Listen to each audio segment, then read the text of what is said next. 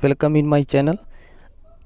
अगर आप super TET, UP super TET, C TET, REET या बिहार टेट या अदर किसी भी स्टेट टीचर की तैयारी कर रहे हो तो आप इस वीडियो को शुरू से अंत तक देखें, क्योंकि इस वीडियो में चाइल्ड पेडागोजी से कुछ महत्वपूर्ण क्वेश्चन बताने जा रहा हूँ। तो चलिए इस स्टार्ट करते हैं। फर्स्ट क्वेश्चन है, मनुष्य जीवन का आरंभ मूलतः घटित है। ए 2 कोष, बी केवल 1 कोष, सी कई कोष, डी कोई कोष नहीं। कहने का मतलब मनुष्य जीवन की शुरुआत जो होती है किस चीज़ से बना होता है, तो सिंगल सेल से इंसान की शुरुआत होती है। इसका राइट आंसर होगा केवल 1 कोष। नेक्स्ट है, शैशवावस्था की विशेषता क्या है? शैशवावस्था की विशेषता क्या है? पहला, शारीरिक विकास की तीव्रता, दूसरों पर निर्भरता, तीसरा है नैतिकता का होना, डी मानसिक विकास में तीव्रता। शैश अवस्था जो होता है बच्चे अनुकरण करके सीखते हैं। शैशवावस्था में जो है ना बच्चे अनुकरण करके सीखते हैं, मतलब देख कर एक दूसरे को सीखते हैं। मतलब शारीरिक विकास तो होता ही है दूसरों पे। बचपन में क्या शैशवावस्था मतलब कि जो 0 से 2 साल के बच्चे को शारीरिक विकास भी होते हैं, उसके बाद मानसिक विकास भी होते हैं। नैतिकता नहीं होता है क्योंकि सही गलत, नैतिकता का मतलब होता है सही गलत की पहचान। शैशवावस्था में सही गलत की पहचान नहीं। इस एज में क्या होता है, बच्चे कुछ भी देकर उठाकर खा सकता है, मतलब ज़मीन पर पड़े हुए किसी भी चीज़ को उठाकर खा सकता है। तो कह सकते हैं इसमें जो शैशवावस्था की विशेषता नैतिकता की नहीं होती है। इसका राइट आंसर नैतिकता हो जाएगा। नेक्स्ट है, गामक विकास से हमारा तात्पर्य मांसपेशियों के विकास से है। गामक का विकास जो होता है हमारा तात्पर्य जो होता है मांसपेशियों के विकास से होता है तथा पैरों के उचित उपयोग से। ए है मस्तिष्क और आत्मा, बी है अधिगम और शिक्षा, सी प्रशिक्षण और अधिगम, डी शक्ति और गति। बताइए इसका राइट आंसर क्या होगा। बता दें कि गामक अवस्था मानसिक विकास का वह चरण है जो जन्म से लेकर लगभग 2 वर्ष की अवधि पूरा करता है। जब बच्चों को मांसपेशियों का विकास और पैरों का उचित उपयोग करने लगता है तो इससे पता चलता है कि बच्चों में शक्ति और गति दोनों आ गई है। तो इसका राइट आंसर हो जाएगा डी। इसका राइट आंसर हो जाएगा डी। 20वीं शताब्दी को बाला की शताब्दी कहा जाता है। 20वीं शताब्दी को बाला की शताब्दी कहा जाती है। परिभाषा दी थी मुरे, बी एडलर, सी क्रो, डी जेबी वाटसन। बताइए इसका राइट आंसर क्या होगा। 20वीं शताब्दी को बाला की शताब्दी कहा जाता है, यह परिभाषा किसने दी थी? इसका राइट आंसर हो जाएगा क्रो। ये सब जो परिभाषा जो दी है, ऐसे से जो क्वेश्चन होंगे आपको रटना पड़ेगा। थोड़ा 10 में 5-6 पॉइंट सभी का, मतलब 10 वैज्ञानिकों का आपको याद कर लेना। उसके बाद आपको ये इस तरह का क्वेश्चन बहुत जल्दी बना सकते हैं, क्योंकि गेस करना आसान हो जाएगा। ये अगर 2 याद है तो 2 को गेस करना आसान हो जाएगा आपको। 5 है, इस अवस्था को मिथ्या पक्वता का समय भी कहा जाता है। इस ए शैशवावस्था, बी बाल्यावस्था, सी किशोरावस्था, डी प्रौढ़ावस्था। इस अवस्था को मिथ्या पक्वता या सीडो मैच्योरिटी का समय भी कहा जाता है। कौन सा आंसर होगा राइट आंसर बताइए। शैशवावस्था, बाल्यावस्था, किशोरावस्था, प्रौढ़ावस्था। बताइए राइट आंसर क्या होगा। बाल्यावस्था को 2 चरणों में बांटा गया। 2 चरणों में, पहला एक उत्तर पूर्व बाल्यावस्था,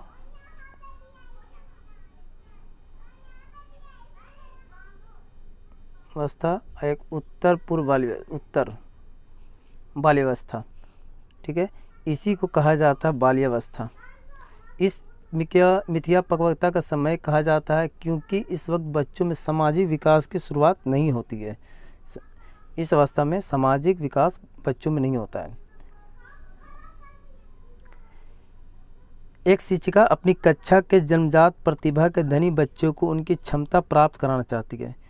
कहने का मतलब है एक जो लेडीज़ टीचर जो है अपने जन्मजात प्रतिभा वाले बच्चे जो बचपन से बहुत तेज़ है उनकी क्षमता को प्राप्त कराना चाहती है, मतलब बताना चाहते हैं कि तुम्हारे अंदर ये एबिलिटी है। उसने अपने उद्देश्य की प्राप्ति के लिए निम्नलिखित में से क्या करना चाहिए, उसको प्राप्ति के लिए क्या कराना चाहिए। उन्हें गैर अकादमिक गतिविधियों में आनंद लेने की शिक्षा देना चाहिए। सबसे पहले ये कि आपके स्कूल में आया तो दूसरे स्कूल में एंट्री नहीं कराना चाहिए, तो नहीं होगा, इसका ये आंसर नहीं होगा। बी है, उन्हें दबाव से निपटने की शिक्षा देना चाहिए। हमको दबाव, स्कूल में बच्चों को दबाव देने के लिए सीबीएसई नहीं कहता है। 3 जो है उन्हें उनके समय वयस्कों से अलग करना।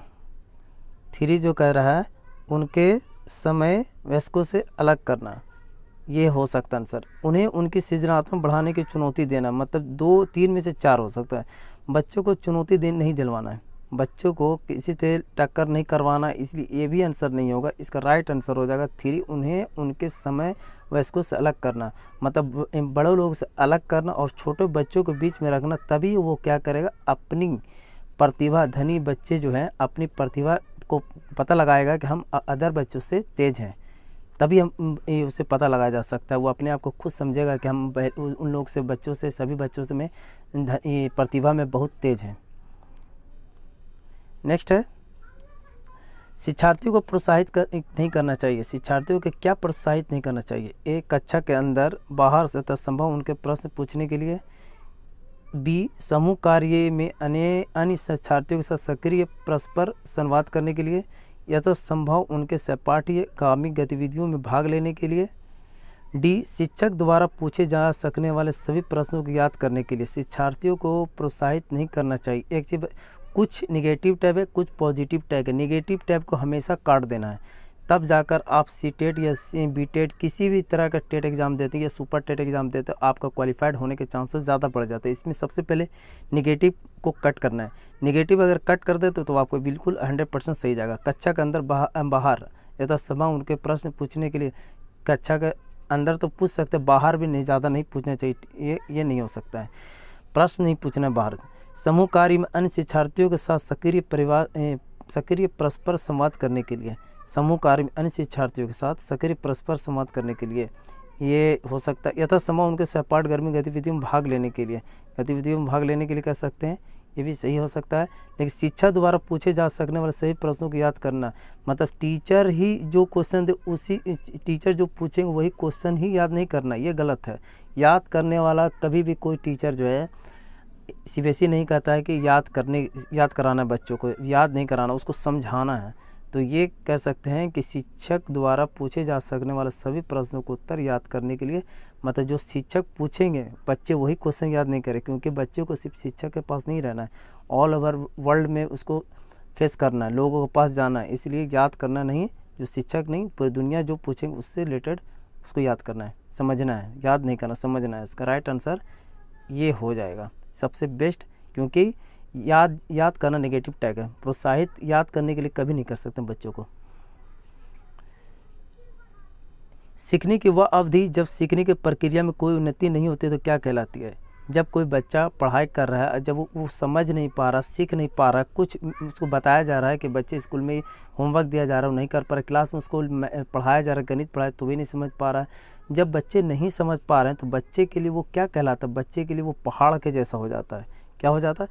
ए, सीखने का वर्क, दूसरा सीखने का पठार, सी, स्मृति, डी, अवधान। इसमें से क्या हो जाएगा? जब बच्चे पढ़ाई कर समझ ही नहीं पा रहे हैं तो क्या होता है? सडनली उसके लिए क्या होता है? पहाड़ के जैसा हो जाता है। तो इसका राइट आंसर हो जाएगा सीखने का पठार। वो सीख नहीं पा रहा, वो क्या है? उसके लिए पहाड़ जैसा फील होता है, इसलिए इसका राइट आंसर सीखने का पठार हो जाएगा। बुद्धि लब्धि निकालने का सूत्र है ए, मानसिक आयु इंटू वास्तविक सूत्र, बी, मानसिक आयु डिवाइडेड बाय वास्तविक आयु इंटू 100, सी जो है वास्तविक आयु डिवाइडेड बाय मानसिक आयु, डी है वास्तविक आयु इंटू मानसिक आयु, वास्तविक आयु इंटू मानसिक आयु।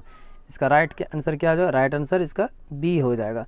वैसे अगर बता दें, अगर मानसिक आयु दिया हुआ है 12 और वास्तविक आयु है 10, तो किसी को कैलकुलेट करना है तो 100 से मल्टीप्लाई कर देंगे। इसका बुद्धि लब्धि कितना निकल जाएगा? 120।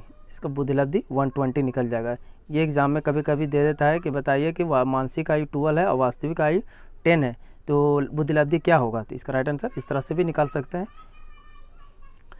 10 है, सीखने का प्रयास व भूल के सिद्धांत का प्रतिपादन किसने किया? सीखने का प्रयास व भूल के सिद्धांत का प्रतिपादन किसने किया? ए, कोहर, बी, 2 पैलाव, 3 है थॉर्नडाइक, 4 गेस्टाल्ट। बताइए इसका राइट आंसर क्या होगा? इसका राइट आंसर हो जाएगा थॉर्नडाइक। थॉर्नडाइक ने बहुत सारा सिद्धांत दिए हैं। जैसे सिद्धांत दिए उद्दीपन अनुक्रिया का सिद्धांत, एसआर थ्योरी का जन्मदाता, अधिगम का बंध सिद्धांत भी इन्होंने दिया था। उसके बाद दिया था संबंधवाद का सिद्धांत भी इन्होंने दिया था। बहुखंड बुद्धि का सिद्धांत इन्होंने दिया था।